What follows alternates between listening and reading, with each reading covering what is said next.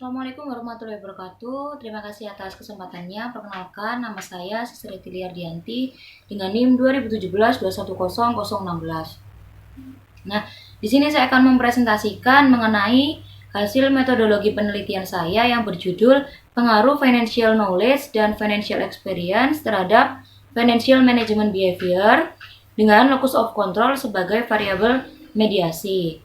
Nah, pertama-tama saya akan menceritakan bagaimana latar belakang dari metodologi penelitian saya. Nah, seseorang bisa dikatakan sukses salah satunya adalah dengan bergantung kepada kemampuan berpikir dan melakukan sebuah perencanaan. Nah, perencanaan ini tidak lain dan tidak bukan, yaitu merencanakan keuangan. Dengan menerapkan cara mengelola keuangan yang baik dan benar, maka diharapkan seseorang bisa mendapatkan manfaat yang maksimal dari perilaku pengelolaan keuangan. Nah, meningkatnya kebutuhan manusia, sikap konsumerisme, serta gaya hidup yang tinggi mengakibatkan beberapa masyarakat tidak sadar dan tidak mengetahui bahwa mereka telah menggunakan uangnya tanpa sebuah perhitungan. Nah, dalam mengelola keuangan suatu keluarga, terdapat faktor-faktor yang mempengaruhi, misalnya pengetahuan keuangan, pengalaman keuangan, dan locus of control internal dari diri sendiri. Landasan teori dari beberapa variabel, yaitu yang pertama ada variabel perilaku pengelolaan keuangan. Nah, menurut Kolila dan Iramani tahun 2013, pengelolaan keuangan merupakan kemampuan seseorang dalam mengatur, merencanakan, menganggarkan, memeriksa, mengelola, mengendalikan, mencairkan, dan menyimpan dana keuangan sehari-hari. Nah, sehingga pengelolaan keuangan yang baik dan benar diperlukan agar mampu memanfaatkan uang yang dimilikinya untuk tujuan yang akan dicapai di masa datang. Nah, tanggung jawab keuangan ini ada beberapa elemen. Yang pertama adalah pengelolaan uang yang secara efektif di masa depan. Yang kedua, pengetahuan tentang pengaturan anggaran dan penyisian uang tabungan. Dan yang ketiga yaitu menilai perlunya membeli barang-barang yang penting dan tidak penting.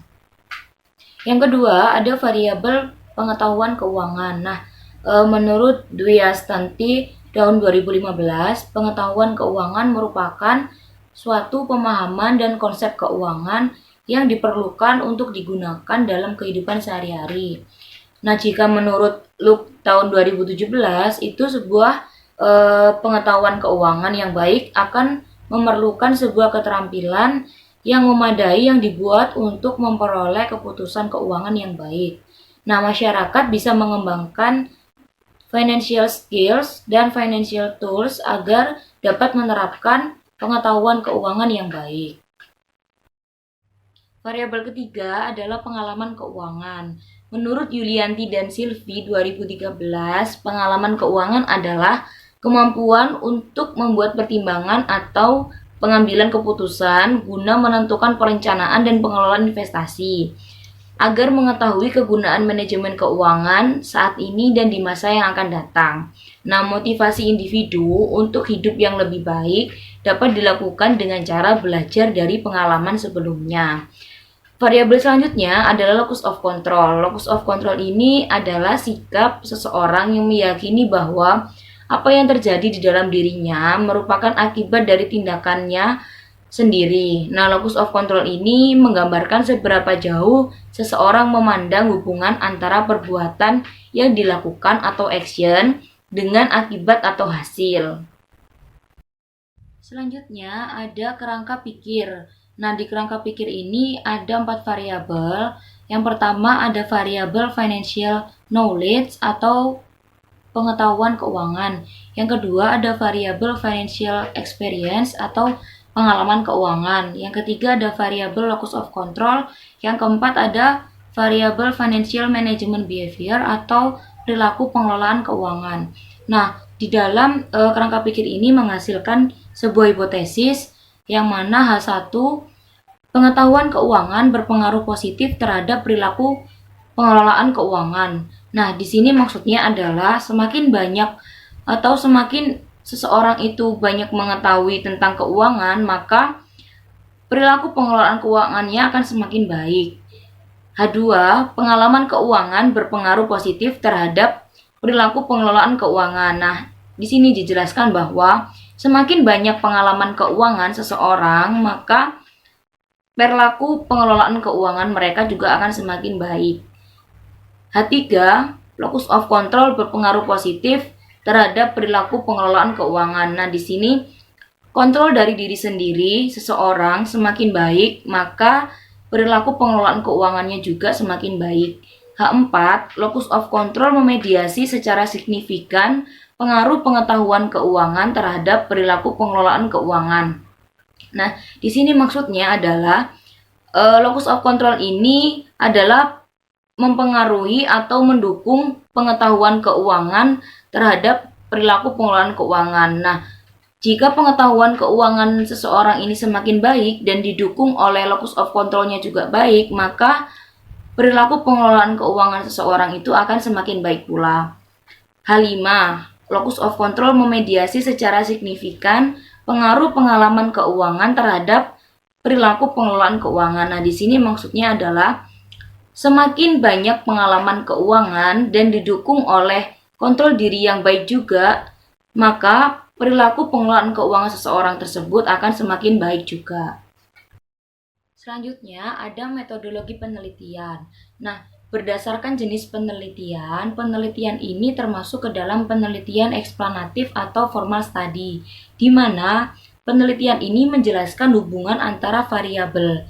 Variabelnya yaitu financial knowledge dan financial experience terhadap financial management behavior dengan locus of control sebagai variabel mediasi.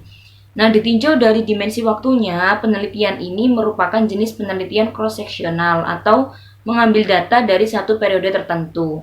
Nah, terdapat dalam jenis data, maka pengumpulan ini termasuk ke dalam data primer.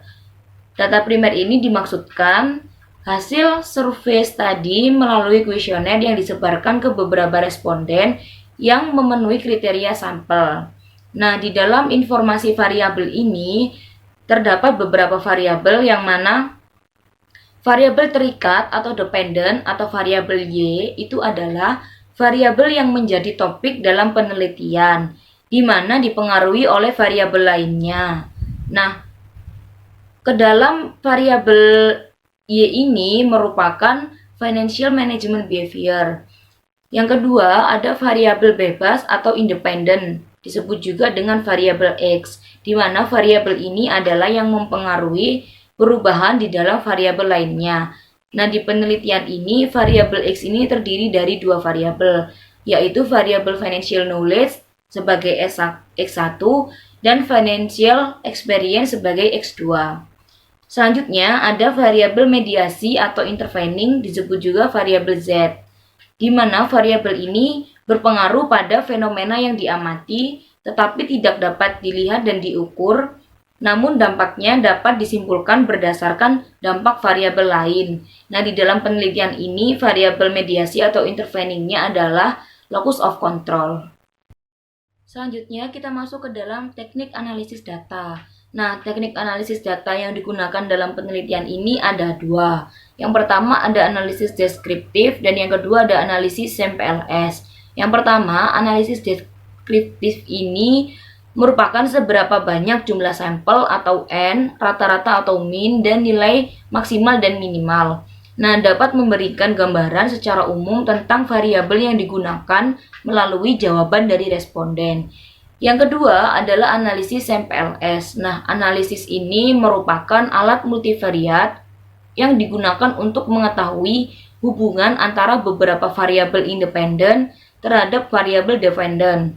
Nah, analisis PLS sendiri terdiri dari dua submodel, yaitu outer model dan inner model. Nah, tahapan daripada pengujian menggunakan SAMPLS ini ada 4 macam. Yang pertama ada konseptualisasi model, yaitu langkah awal yang menunjukkan pengaruh variabel bebas atau variabel X terhadap variabel terikat atau variabel Y. Yang kedua, yaitu menentukan metode analisis algoritma.